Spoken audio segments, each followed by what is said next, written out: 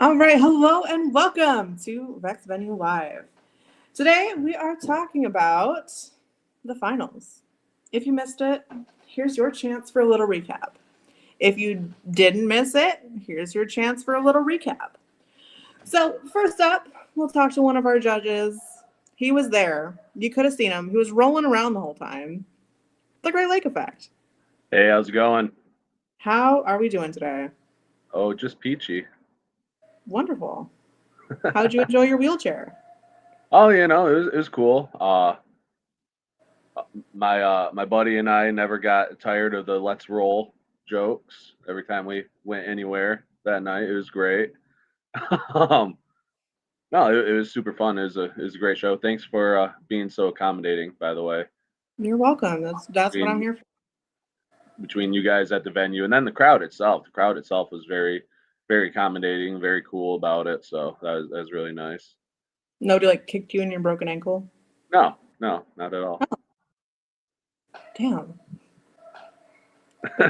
Would have been kind of funny, but no, it wouldn't. It would not have been funny. It would have. It would have been like an ironic funny. Ironic funny, yes, but then I would also be like, "Who's kicking Aaron and why?" I mean, have you met me? I'm sure there's people have pages. Okay, good point. Pages. All right. Well, you were one of the judges for the Battle of the Bands. I was. What was your experience like? Well, when I had the forms to fill out, it was great. No, all in all, it was really great. It was really hard to judge the bands. I don't know about any of the other judges, but I don't know. It was hard. They all played their hearts out. They all put on a great show, and it's like it's hard to not want to give the best marks possible to all of them. But it was really fun. I don't envy anyone who has to judge music like that on a consistent basis, like The Voice or America's Got Talent or American Idol. Like, I mean, I guess they get the the weirdos and the losers in there too, like William Hung or whatever. So, but that night was pure talent all across the board, and it was very hard. Now, do you feel like from a musician standpoint that kind of helped you judge, or do you feel like it kind of how do you feel like that helped? Because you're a musician. I mean, if you want to call it that. Okay. I mean, yeah, in a way. Like some people, they just, they look at the base level of it, like, oh wow, they're just playing really fast. I'm sitting there going, holy shit, like you're playing these wild scales, these wild, chords. You're changing a string mid-set, at breakneck speed. Like that's impressive. That's awesome. I'm going to give you good marks for that because, that's talent. I mean, not necessarily just changing the string, but like overall, like the musicianship, the talent, because like I said, a lot of people just go, wow, oh wow, his fingers are moving really fast, or whatnot. And I'm sitting there going, okay, I see you sitting there chugging on an open string, so you're in a drop tuning, you're doing this, you're doing that. I mean, so yeah, I guess to answer your question, yeah, that plays into it. Okay.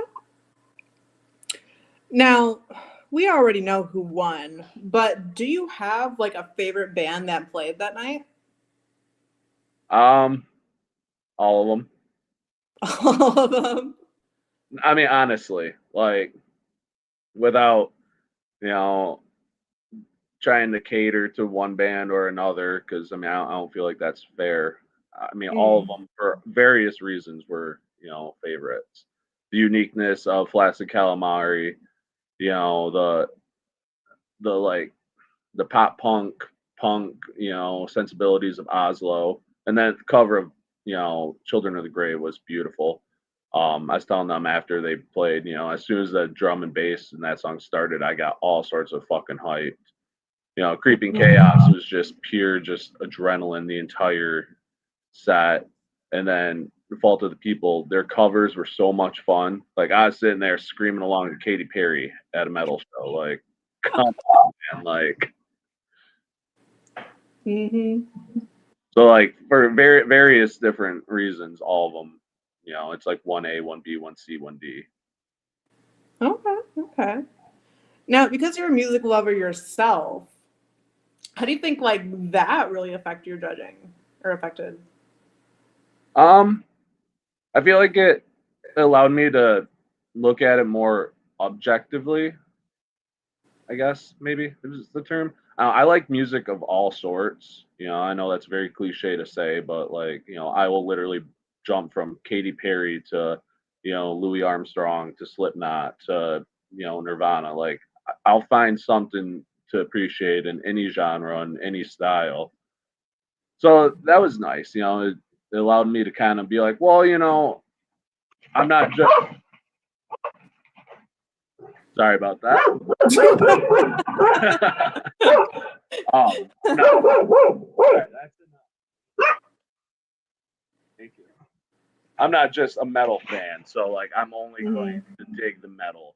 I'm only into pop punk, emo, so I'm only digging that. Everything else sucks. Like having a wide taste in music, is nice because then you can sit there and you can look at each band for their individual talents and not just write them off as, well, I'm not really into whatever Flaccid Calamari is, so we're just gonna Hmm. disregard them. I think your dog's not into it. I think that's the problem here. She's just doing what I hired her to do. Oh, okay, okay. What'd you hire her to do? To yell at whoever goes by the house, apparently. Oh, hell yeah. Thank you. That is enough.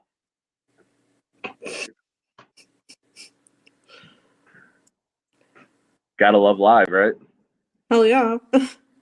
Now, if you didn't know, I know we've been slacking on doing it on the other lives, but we usually do a giveaway at the end of the live. You can type hashtag the core to enter the giveaway this week. Because if you didn't know, here we go. We are also a haunted house. We're Factory of the Dead. So, hence why Vexed is so spooky all the time. And we're opening up September 26th. So, you type hashtag the core in that chat, you're entered for a chance to win 2 tickets to the haunt this weekend. Or not this weekend, 26th. When we opening weekend. Why wouldn't you want to do that?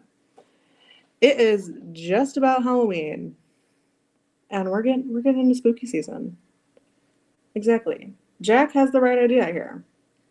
Hashtag the core. So,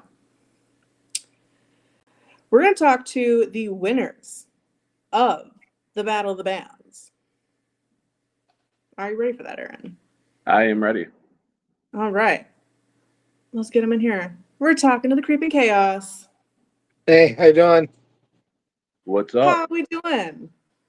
Oh, doing pretty good. All right. Happy to talk to y'all again.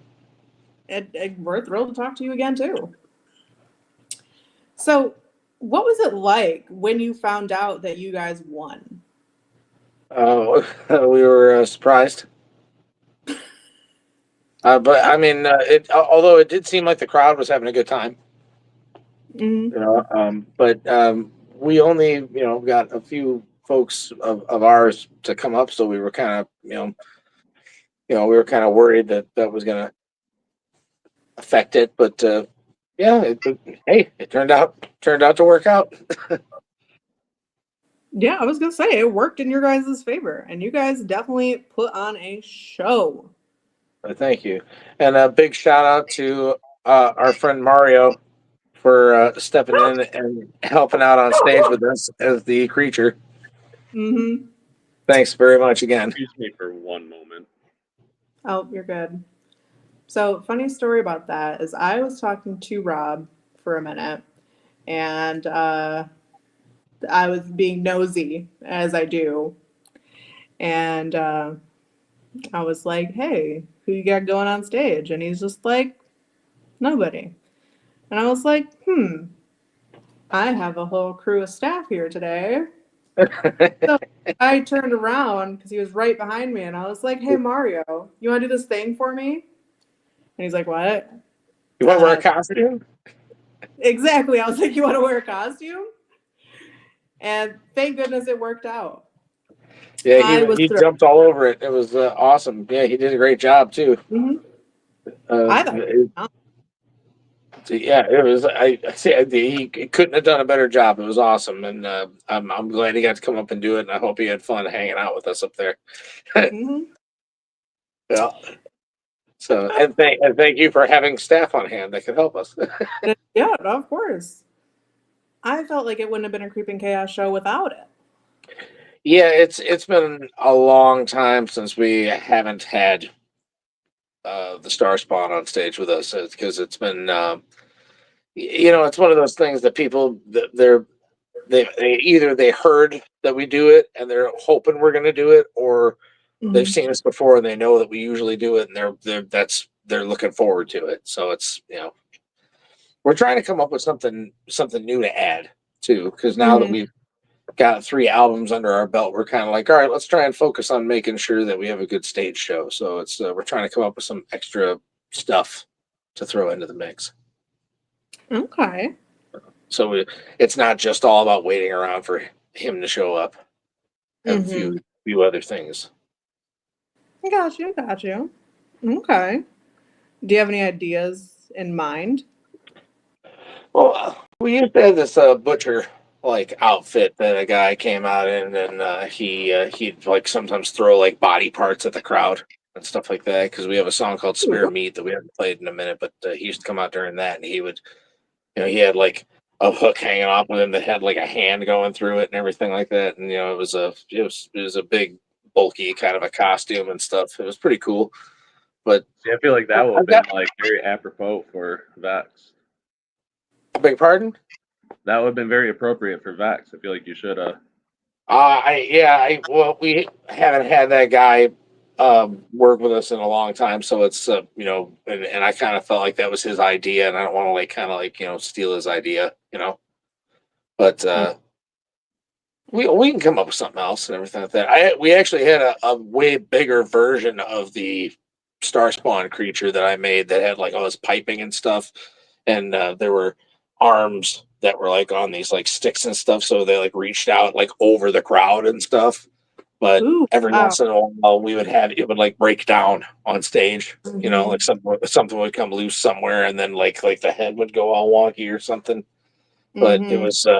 it was pretty when it worked, it was pretty impressive looking. But yeah, That does I have sound a really couple of cool. buddies that they like to do cosplay stuff and everything like that. So I've got a couple of friends of mine that are working on trying to come up with something that we can execute on stage that isn't too complicated, but it like looks good.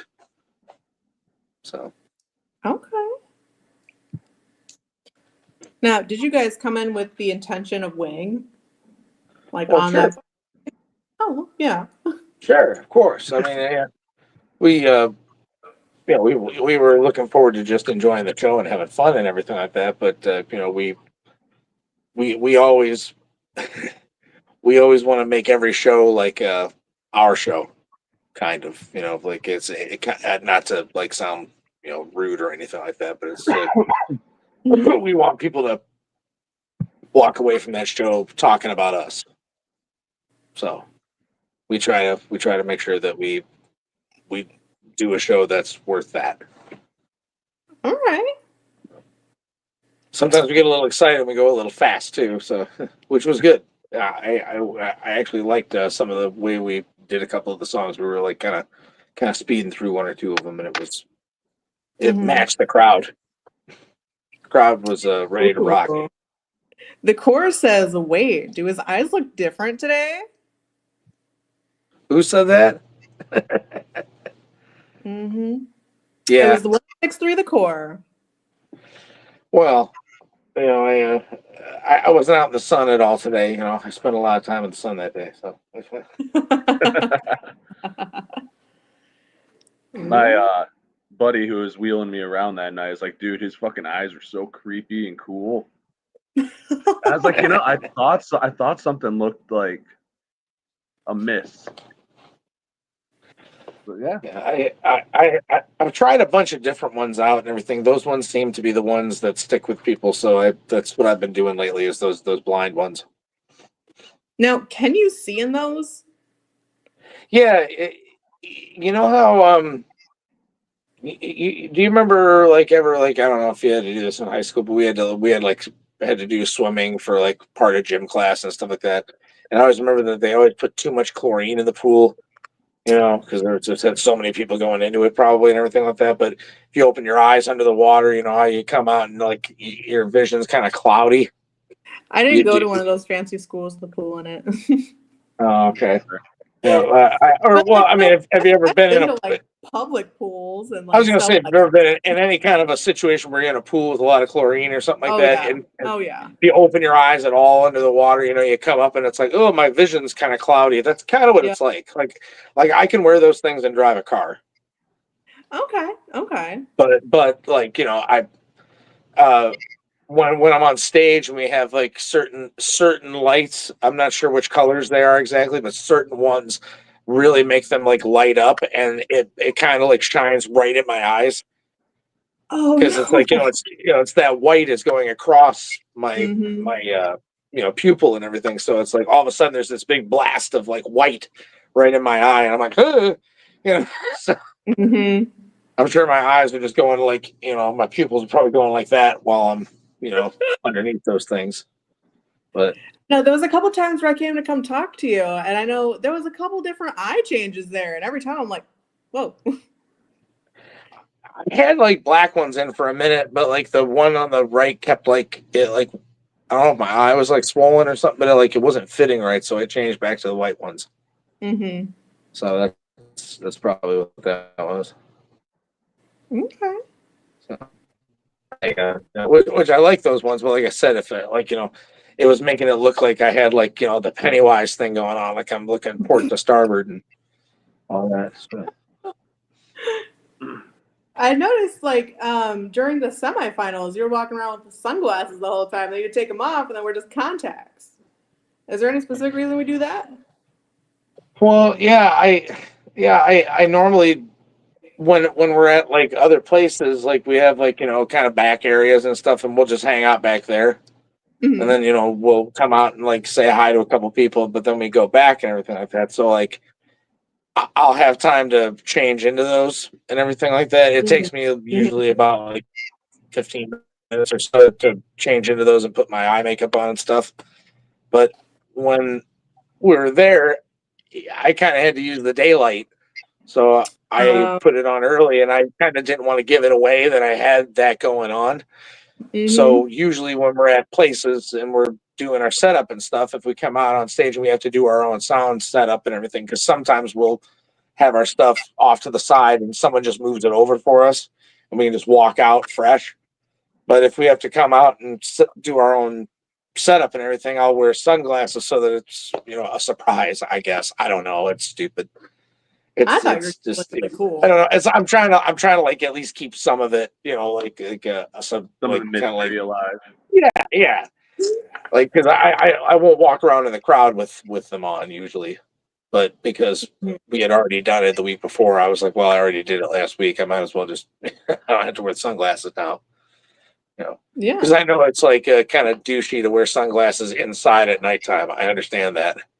I'm not doing it because I think it's really, cool. really cool. I feel like when you're in a band, you kind of have like some leeway. Right. I mean, like I said, there was It a could be reason. it could be part of the get up, part of the stage presence, part of the the mystery. Now, Sure. Jack says, do they hurt to put in? No, but they're kind of a pain to get in sometimes. I, it's funny because the sclera contacts that are the big ones that cover Mhm. your whole the front of your eye, those are actually more comfortable a lot of the time when you get good ones, because you take those and you kind of you like lift up your upper eyelid and then you kind of fold them up like a burrito, like a taco kind of, and then you slide them in under there, get them up way under there, then pull your lower lid out and then just let it kind of fall down and it's on. They're like Mhm. easier to put in, like majorly easier to put in. And then the white ones, because they're really like thin and they're actually very comfortable once they're on. Trying to get them onto my eye is a pain because they just want to stick to my finger because of how frail they are. Mhm. So 'cause the bigger contacts are usually a little thicker. So, but they Okay. usually stay in place a little bit better too. So but once they're in though, and throw in some eye drops, no, they're not painful at all. Like I said, I'm comfortable with them being in most of the day, and I don't usually have to put drops in them after I put them in. Oh, Uh, okay. Who makes? and A I'll wear lot of them for people hours. Billy Idol, but it's not Billy Idol. Sunglasses at Night. Who sings that song? Renegade Train. Uh, but Yes. I wear my sunglasses at Yeah. night. Yeah, Jack just commented that. And that's exactly what I was thinking of when you said that. Wearing your sunglasses at night inside. yeah. I can't remember the name of the guy. Yeah. Uh, Okay. Well, anyways, Tell same us in same. chat. Corey Hart. Corey Hart. That's it. Yeah, Corey Hart. that's it. Yeah. That's it. Yes. See, I'm not the only one who said Runaway Train or Renegade Train. That one said Runaway Train. Yeah, I was reading that as I was saying it. I can't multitask, okay? Which one is that? Like Runaway Train, never coming back. Is that one? That's Soul Asylum, yeah. Oh, that's Soul Asylum. Okay. They both have this kind of like I'm not taking this seriously kind of tone about them. My nose is stuffy and we had to do the studio today. Like kind of. Well, realistically, I don't know any other Soul Asylum songs, so I feel like that's why. He's I bummed don't out because he knows that's the peak. Dude, the whole 90s post-grunge movement is nothing but one-hit wonders, really. Which is too bad because like a lot of grunge was really good actually. There's a lot of good Mm-hmm. grunge if you go back and look at it. Oh, absolutely. I liked a lot more of it than I thought I did. Now, what kind of music are you into personally? I don't know. Cliches. Oh, perfect. Lots of stuff. Lots of stuff. Um, I just the other day I was listening to a Ghost playlist I put together because they're like probably my favorite new band right now. And they're not even new really. I mean, I've been listening to them though since probably like I don't know. I've probably been listening to them since around the Infestissimum era, Okay. like right before Cerise got big. And Mm-hmm. but I also like Clutch, the Dead South. So I'm trying to think. The Black Label Society. The first band that I ever like was like I need to get a guitar was AC/DC. Mm-hmm. I met Elton John accidentally when I was 5, and that was pretty big. Uh, Fun. that was cool. He fucking and I always liked Elton John. I always thought his stuff was cool. He's great. Him and Bernie Taupin wrote really good story songs. I always like story songs. So Jim Croce, Static X, Slipknot. So yeah, I'm These are kind all of like all over the board. Slade. Oh yeah.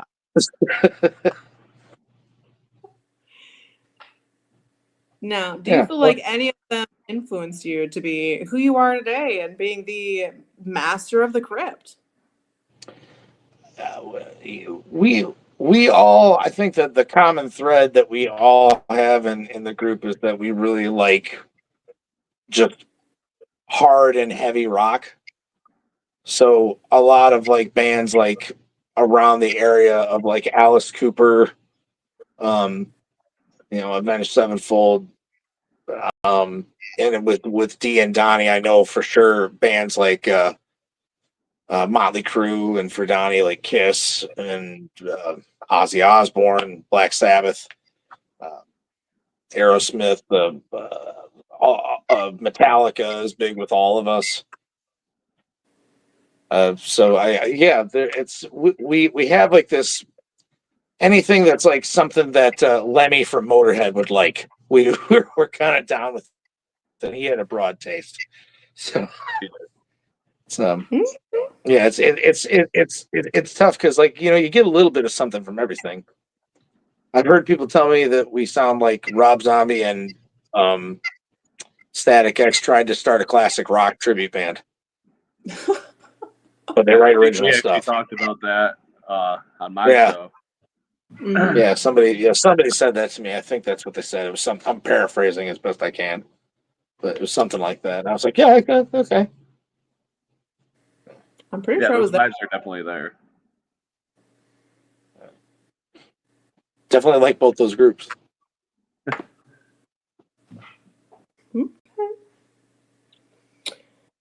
Well, again, if you're still watching, and I know there's some people still watching, you could type hashtag the core in that chat, and you could be entered to win 2 haunted house tickets. Now, this band, I was gonna say these bands, only won. So, this band was also given some haunt tickets. So, that's what they Right. won. It's not the only thing they won, but again, you might get the chance to see them there. Who knows? Maybe they'll be there the same night you go. I think they should Screaming like a provide the little soundtrack girl. for one of the nights. Hmm? They should provide the soundtrack for one of the nights. Oh? You know what you guys should do? You should make an Ed Gein room, and then you can play our song "Lady High Jacket." Oh, okay.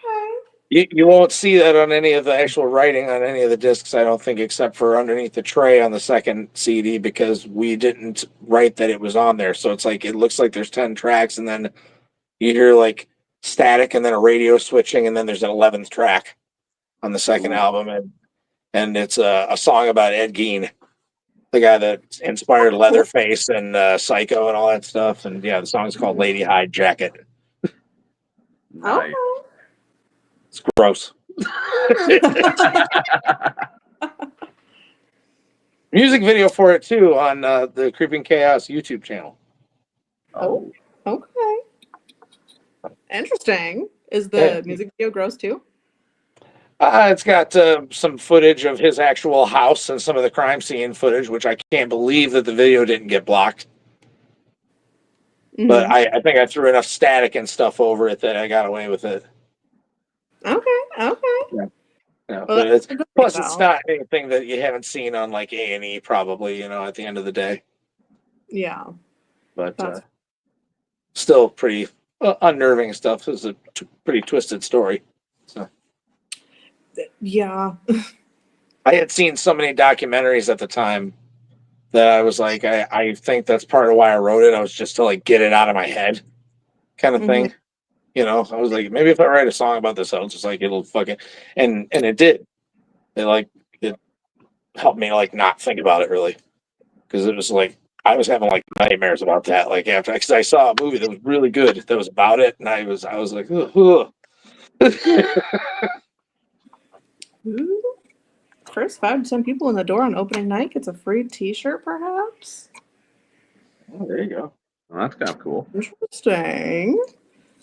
But again, you could be the first 2 people in because we're giving away 2 tickets. Hashtag the core. And I mean, if you like how Vexed looks, if you've seen Vexed, imagine how that haunted house is looking. Really, really cool. What? What? What did you just say? Nothing. Wow. Yeah. I didn't say anything. So when you guys got out to your van or your trucks or your bus or whatever, away from, everybody, you can let down your composure. Who freaked out the most about winning? Uh, I kind of feel like D kind of kept saying, "Holy shit, we won that! We won! Did you know that we won that?" And again, like we don't like I said we don't do this kind of thing really because I think we all have done something like this in the past, and it's one of those things that when you do them a couple of times and you're just like, why don't but it's nice. It was nice. It was nice to win this time. It was cool. I don't know. I don't know what to say. It was like I said, it was surprising because because everybody did a great job. Everybody did a great job. I was like, well, this can go any way. So, but we definitely tried to bring our A game, and I feel like everybody did a really good job. I was very proud of everybody. Did we like it was a your great show from celebratory cake? I'm sorry, what? Celebratory cake? That you talked me into having some of? Yes. Okay. Well, when you put it I'm glad there was enough. I'm glad there was enough left over for you to exfoliate with.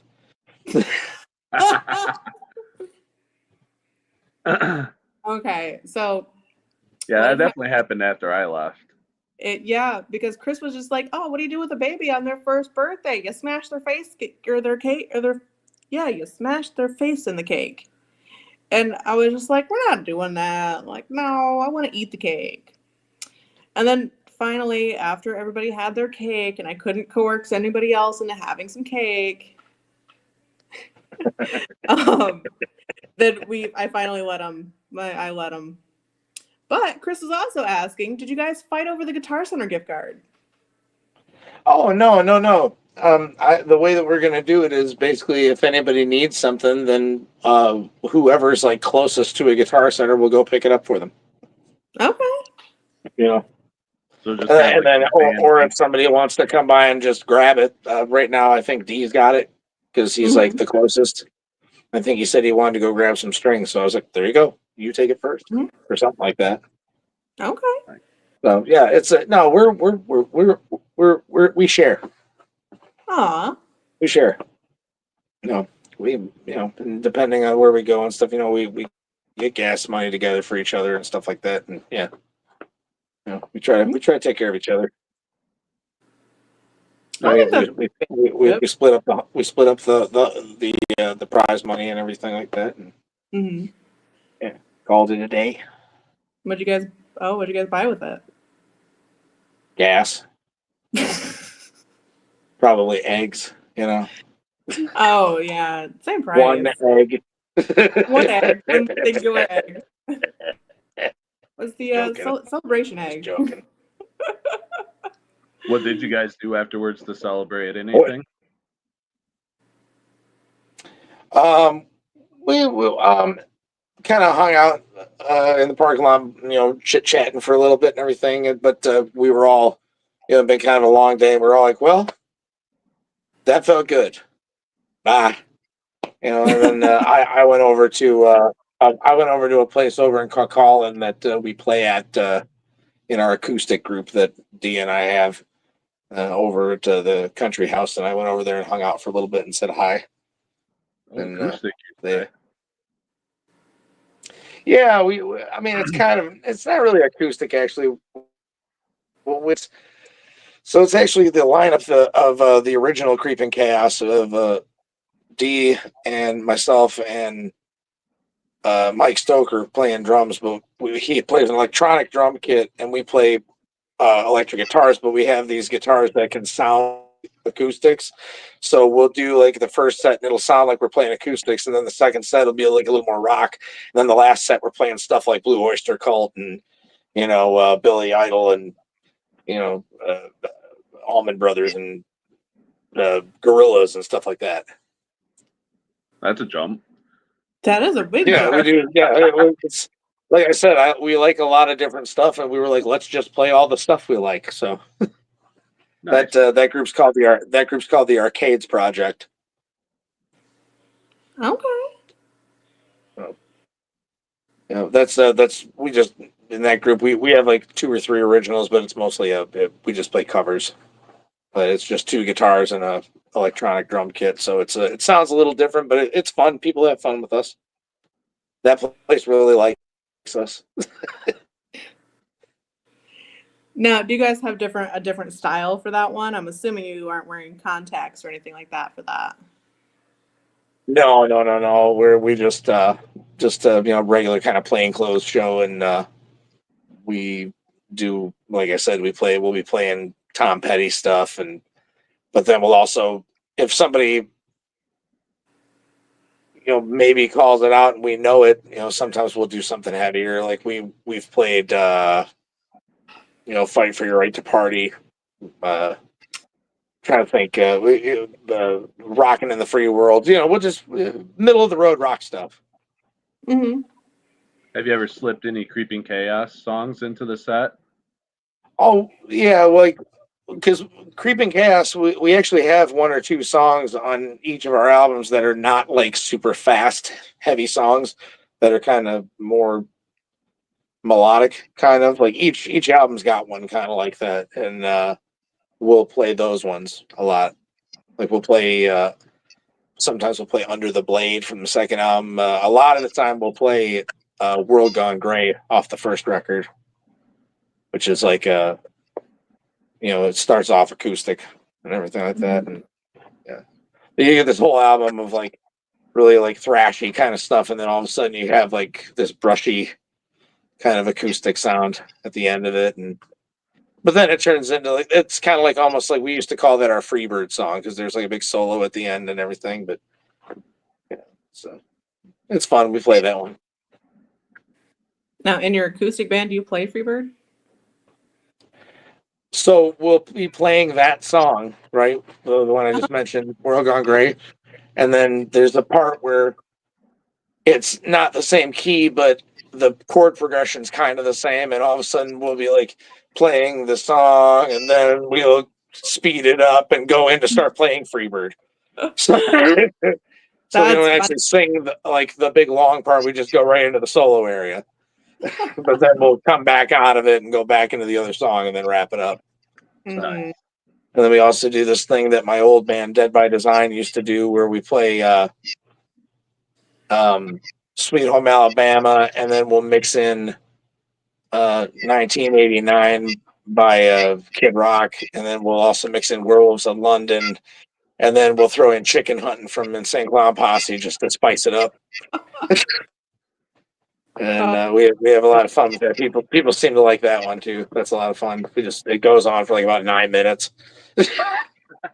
Now, Jack says, who do you think the most underrated normal rock band, or who is? Normal rock band. What does that mean? Normal rock band? Normal rock band. You mean like non like spooky or? I mean, Probably just mainstream rock, probably Nickelback, Hinder, Creed. Creed, yeah. Nothing heavy, nothing spicy, just. I always really, man, that's kind of tough because there's a lot of those though. There's a lot of good regular kind of rock bands. Who I always was really impressed with was Collective Soul. Ooh. But I mean, that's kind of an older group though. I'm trying to think of somebody like kind of now. Chris says butt rock. Butt rock? Butt rock. I don't know what that means either. Butt rock makes me think like, David Draymond.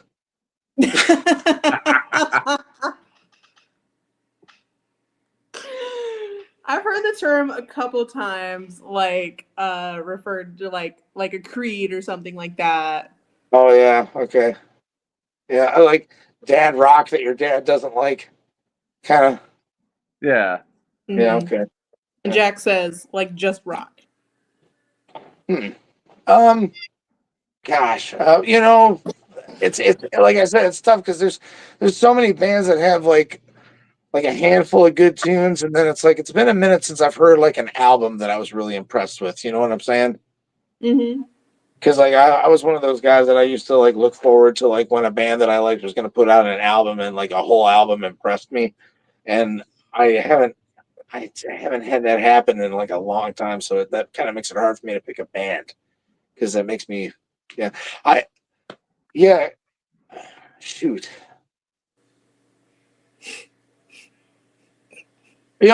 Clutch. Oh, Clutch is a good one. I'll go with Clutch. I mentioned them earlier. Like, Clutch is a really good like blues band, but they also do like some heavy stuff, and then they have an ability to do some lighter work, and they have like some funny songs too, which I always appreciate when a band can be funny. Mm-hmm. You don't take yourselves totally seriously all the time. That's I really like that. Like we even have a couple of songs that have like some funny parts in them. Now, speaking of kind of funny things, Chris did ask a question earlier when we were talking about Freebird. Does the creeping chaos monster come out and eat the bird?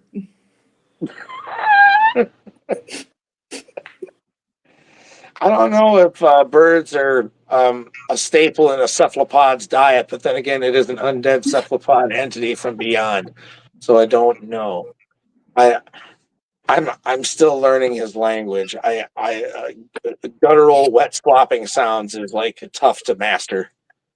Yeah, yeah. Does he have a prescription for sildenafil? For what?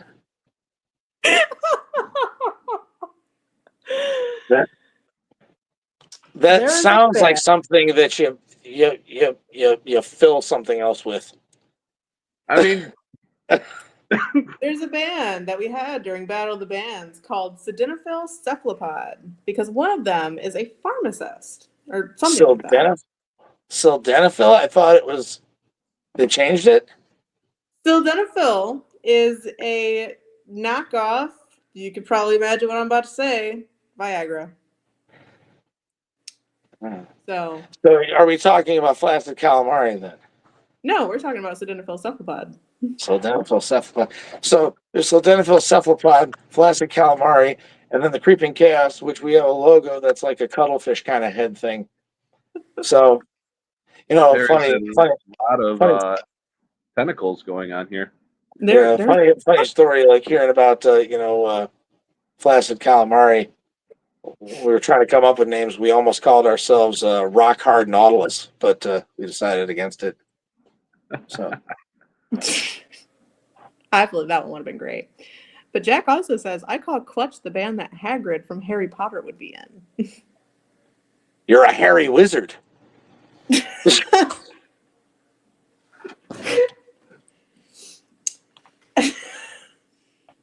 Like that.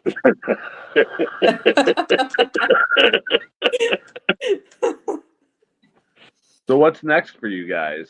Now that you have conquered the crypt and you have all your loot, what's next?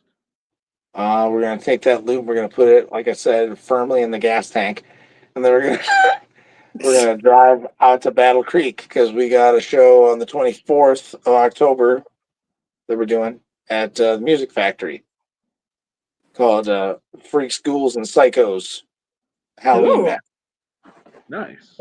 I know that the headliner is going to be Deciphered, and we got I think like two other bands that are going to be there with us. Unfortunately, I'm sorry to them. I can't remember your name off the top of my head. I don't have the flyer in front of me, but I apologize for that. Way to come unprepared. I know. I do feel bad when I don't Oh, remember everybody's I know. name. It's like it's the least I could have done. I could have wrote it down. I screwed up. Oh well. No, see, the only thing that matters is that Hopefully you they'll forgive me. battle the bands you came prepared. That's all that matters. We had a great time. That was a lot of fun. Do you guys have a fourth album that you're starting to tool around with, or? We just got done in last Halloween. Like it's only been a year since we finished the previous one, and we've been doing shows trying to promote it and everything like that. And I think we're all kind of like looking forward to like now that winter's coming. Like usually in the winter time, we take a couple of months to just kind of lay low.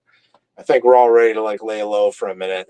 But a lot of times when that happens, we come back and we have ideas. So I definitely already have like a song kind of like ready to go, but I've been kind of hanging on to it right now. But there's things swirling around, and if we don't have an album coming, then we're definitely going to maybe have a handful of singles we're going to drop.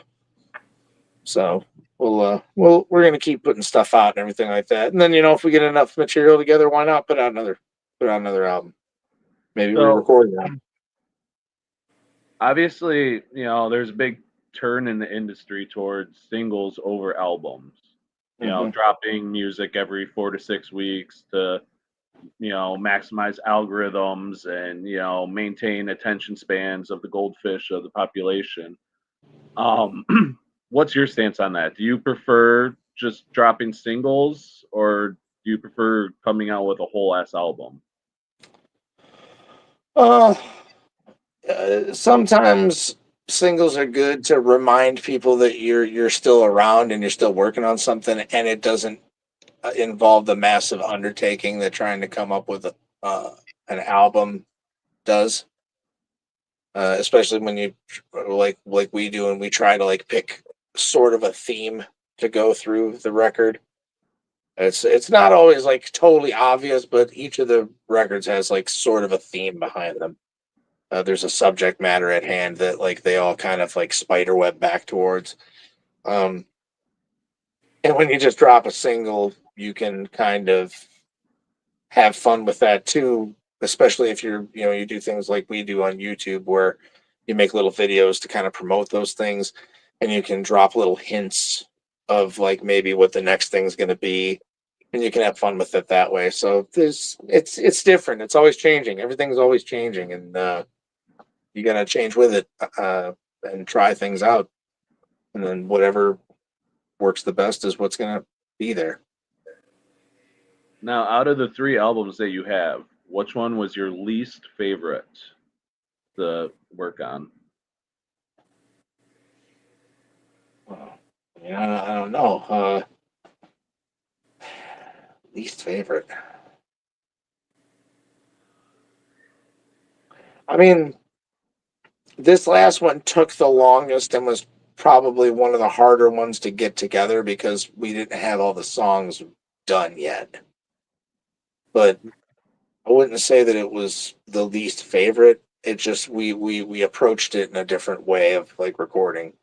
We didn't use, like on the previous 2 albums we didn't use like any click tracks at all, and this time we decided like, hey, we got to make sure that we got this on time and it sounds as professional as it can be.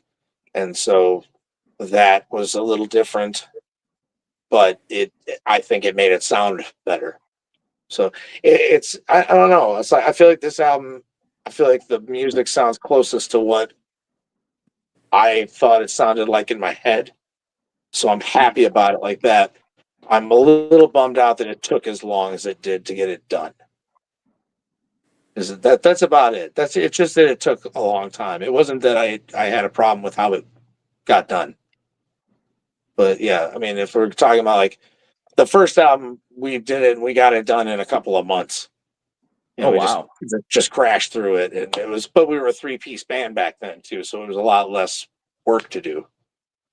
And then the second album, we had added a different drummer and another guitar player, so that kind of we had to figure things out again differently and kind of figure out the sound again to like really make it like kind of match the previous one, but still sound better than the previous one. And then this time we had a new drummer again with a different kind of approach. And then like I said, some of the songs we kind of finished them in the studio. Like the ideas were there, but they weren't done yet. So that was a different way of getting it done, and I feel like I shouldn't have done that myself. I feel like I should have. I feel like I should have had them the songs more finished, but they still came out like I wanted. I think like we wanted, but but I feel like I did a disservice to the band by doing that, like by not being more prepared. But point is, it got out, it got done. And it Yeah, sounds and pretty I'm good. very happy with it. I think everybody's pretty happy with it too. So I see Chris over here did you a wonderful favor, and he got the lineup for us. It is The Creeping Chaos, Chance We Take, True Burn, Renegade Train, and Deciphered. Ah, And we were just talking about Renegade for the Train. 24th. We were, weren't we? We Full were. circle. That was our full circle moment. Small world. Oh, Now- those guys are out there hitting the pavement hard. They got all kinds Really? of shows coming up. Yeah, I've noticed that. They got a lot coming up. Good Lord. But good for them, though. Oh, I'm thrilled. absolutely. Oh yeah. So good news is I still have another interview to go through. Even better news is that I don't have to talk. And better news for you is you could type hashtag the court in the chat and you could be entered to win 2 free tickets to opening weekend, September 26th for Factory of the Dead, which is also here. So if you know where Vexed is, you know exactly where the haunted house is. And Jack says that's a killer lineup. So It is. Mm-hmm. All right, so I guess nice. Nice. So what we're gonna do is we're gonna play this one last interview and then we'll come back to talking. Sound good? Sounds good. All right. Oh. My name's Mia. We're at Vex Venue. We're sitting here pre-recorded, but we're sitting here at Vex Venue, and I'm sitting with Jesse from Vera Noir. All right, and we're talking about Afterthoughts from the Battle of the Bands. If you didn't know, we just had finals on September 13th. So we're talking about what happened after that. What was your experience like? It was a great time. I thought all the bands did an amazing job. I was really, honored to be a part of that and be a spectator instead of a performer for once, which is not doesn't always happen. Okay. Now, the whole reason why we're talking to Jesse, you're probably like, why are we talking to Vera Noir? Why was Vera Noir at the show? Well, we had Jesse doing this special thing for us where he was judging the bands. So, from a musician standpoint, what was it like judging bands? It was interesting because I really try not to judge anyone when they're performing. Like, I just try to take it in, be a part of the moment, and enjoy it. So looking at it through a different lens of, okay, technicalities and, paying attention to the whole musical performance was a little eye-opening, and I was putting ourselves, in their shoes. How would we be doing if we were performing right now? How would they be judging us? So it was a little enlightening. Okay. Now, do you feel like doing that changed your perspective on anything that you guys do as a band? A little, but not so much. I mean, we've always been about raw emotion and, going out and putting on a performance. Those performances aren't always pretty. There's a lot of, hiccups and missed parts and missed lyrics and wrong notes played that I think kind of create that experience. So for us specifically, I don't know that it'll impact us. Okay. Now, you didn't know any of the other judges going into it. How did that, like, when you came down for judging, what was it like getting to know the other judges? Well, I know Alfonso. Everyone knows Alfonso. So that was, it was cool to kind of get his perspective being a touring, more professional musician than what we are, meeting Aaron was awesome because we've communicated, through social media, just we've never had face-to-face. So kind of taking his perspective of like being a music lover and supporter, and a musician himself. It was nice to get to know him and, chat about those things and the bands and the, performances. What was it? Emma? Ellie. Names. Getting to chat with her, being, from Guitar Center and having that experience, also insightful. So I think it was a great group of judges that, were part of this. And I think everyone has a unique perspective on what they were looking at and what they were taking in from the performance overall. Okay. I think that was a good answer. Now, what were your thoughts on the bands that played? So I didn't know any of the bands that played going into this. So I knew Oslo from playing with them, but really it was only cover shows. We had played some cover shows with them. So hearing them play their originals, that was really great to see. Flaccid Calamari, I was really taken by the name, and but going in, I was really impressed. Like they had just that raw emotion, like very sporadic, like really cool, edgy sound. Big fan of that. Oslo, really tight. I thought they did an amazing job. The Creeping Chaos, their drummer was amazing, and I think everyone knows that. But they were such a tight, a tight band, and they had a great performance. And then Fault of the People, awesome. They were, just getting to talk with them, and after the show and everything, kind of hearing their story. It was really cool to see. It's so dynamic. The singer being able to do growls and screams, and then do the clean singing, and just a diverse group. It was awesome. I think that was one thing I liked about them is I love her ability to just like switch back and forth. So it looks effortlessly. I didn't know what to expect. It was like, okay, there's 3 females and 2 guys on stage, and it's like, okay, what's the sound gonna be like? And she has these low growls, and I'm like, okay, and then she does these clean singing parts, and it was just really great mix. Okay. Now I'm assuming you're pleasantly surprised with the whole lineup of everything. Yeah, absolutely. Okay. I could definitely tell each band was there respectively, from the semifinals to coming to the finals, and I think that was really it was transparent, that they're there for a reason. I also like that it was a good mix of genres and styles, and each of their performance, and kind of seeing like, all right, what are you going to bring to the table to win this this competition. Okay. Now the Creeping Chaos took home the crown per se. What are your thoughts on that? I thought it was well earned. Again, I think all the bands did an amazing job. Creeping Chaos, they were really tight. Like they commanded, the crowd really well. They played, their parts really well. They had really, great song structure. I think all the makings of what it took to win the competition overall. Not saying that the other bands didn't. I just think that, it kind of resonated more with them. Now, if the Creeping Chaos wasn't to win, was there another band you were hoping would win? I didn't have any hopes for anyone, really. I came down, I scored according to, the performance. And so, my hope was that everyone wins, right?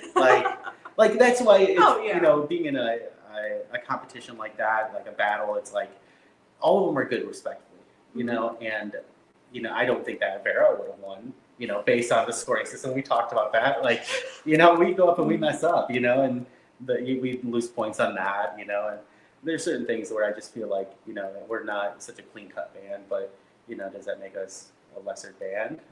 Maybe, No, I thought they all did. I thought they all did a great job. Okay, all right.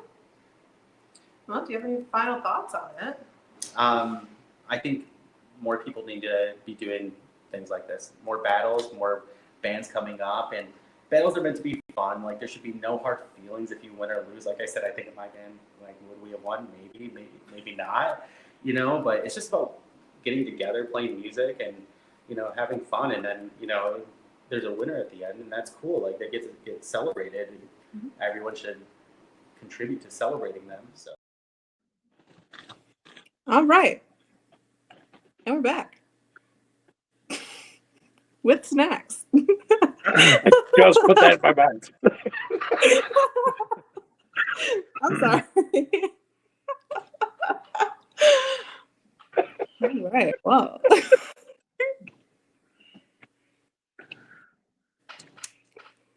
Yes. How are you? Yeah, we're good. How are you? Good.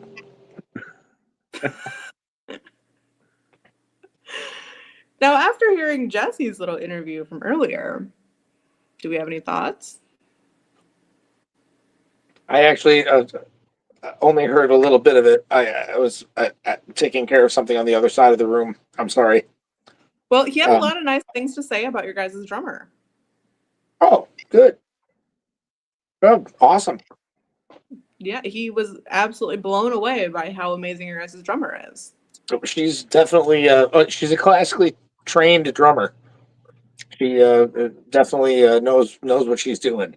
You know, she was in drum line and stuff like that in school, and you know, took classes and everything like that. So yeah, she's definitely a professional. Chris said stealing snacks from your monster is cool.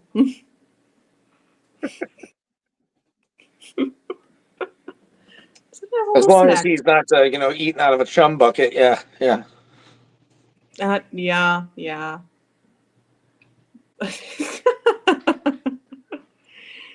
So if you need something scary to do that's not looking at me without eyebrows or eyelashes, like I was in that interview, you could enter #thecore and you can come see a haunted house. Much scarier.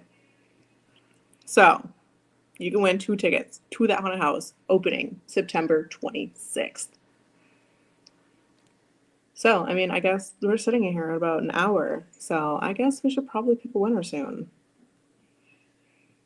I say we do it. Do it. Do it up. Well, so far, the person who has entered the most. Ooh, okay. Stacy 6. She was badass when we played in Decade Grace. Oh, that must have been a group, one of her former groups. She's played with a lot of people. Like she's also like been like an emergency like fill-in person for a lot of people too. She's a clutch player. Yeah. Oh, wow. Well, I definitely agree. She is good at what she does. She filled in for a band called Massasauga. She had to learn like their whole set, and she filled in for them for an entire show, and it was, I think she only had like 2 weeks to learn everything. Yeah, yeah. And then they pulled out a cover song out of nowhere. She's like, I kind of know how to play it, I think. And then we heard it back, and she crushed it. You know. So. Oh, wow. Donnie and Dee are like that too. All of a sudden, we'll just be messing around and be like, "Hey, do you know this? Maybe," and then we'll play it. And, yeah. So, gotta keep them guessing. Yeah. I always tell everybody, and I mean it when I say it. I feel like I'm the worst. I'm the worst musician in the band, and I'm just surrounded by pros. So some people are just very, very talented. It's ridiculous. Dee's actually a really great guitar player too. He's taught me how to do some stuff on the guitar. Mm-hmm. Nice. But he's been playing bass with us, you know, since day 42 or whatever you want to call it. Well, the person I keep seeing enter the most with the core is Jack. So, Jack, good news. You have 2 tickets to come to opening weekend, September 26th, for the haunted house. Yay, Jack. Yay. So we'll be seeing you there. And on that note, I suppose that was a pretty good recap of the interview, whole thing. It's a really great conversation the whole time of the battle bands. So again, you can come check us out we have no shows coming up in October so far. But if you really, really miss us and you really, really want to hang out, we'll be at Factory of the Dead. Now, fans won't be there. Maybe. You'll have to find that one out. That's the whole reason I come. Or if you really wanted to see Aaron get pushed out of a wheelchair, then you can come to Haunted House. We'll convince That was Aaron to weird. come. That was weird. It sounded like something growled on one of your cameras. Something did. Oh, you Yeah, that wasn't me this time. got a dog there? It wasn't him. It's not a dog. It's a person. Oh, There was a okay. person who was growling at me. Oh, okay. Yeah, that's right. Okay, there it Yeah. is. All right. Yeah.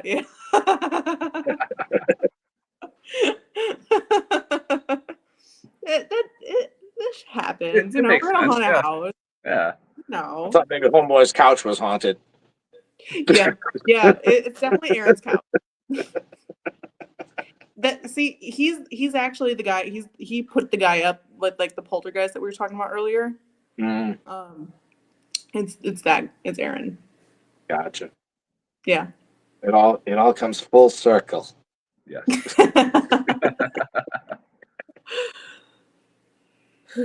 All right. Well, All right. Congratulations again on winning. Thank you. Thank you very much. Thanks for having us. We had a great Very time. well earned. and thank you guys for being a part of it. It was like I said, we had a great time. It was nice to meet all these newer groups and everything. We made some friends, and yeah, it was really cool. Thank you. Of course, and thank you. And as for Jack, you can claim your tickets at the ticket booth when we open. So on that note, thanks for tuning in. We hope to see you at the haunted house.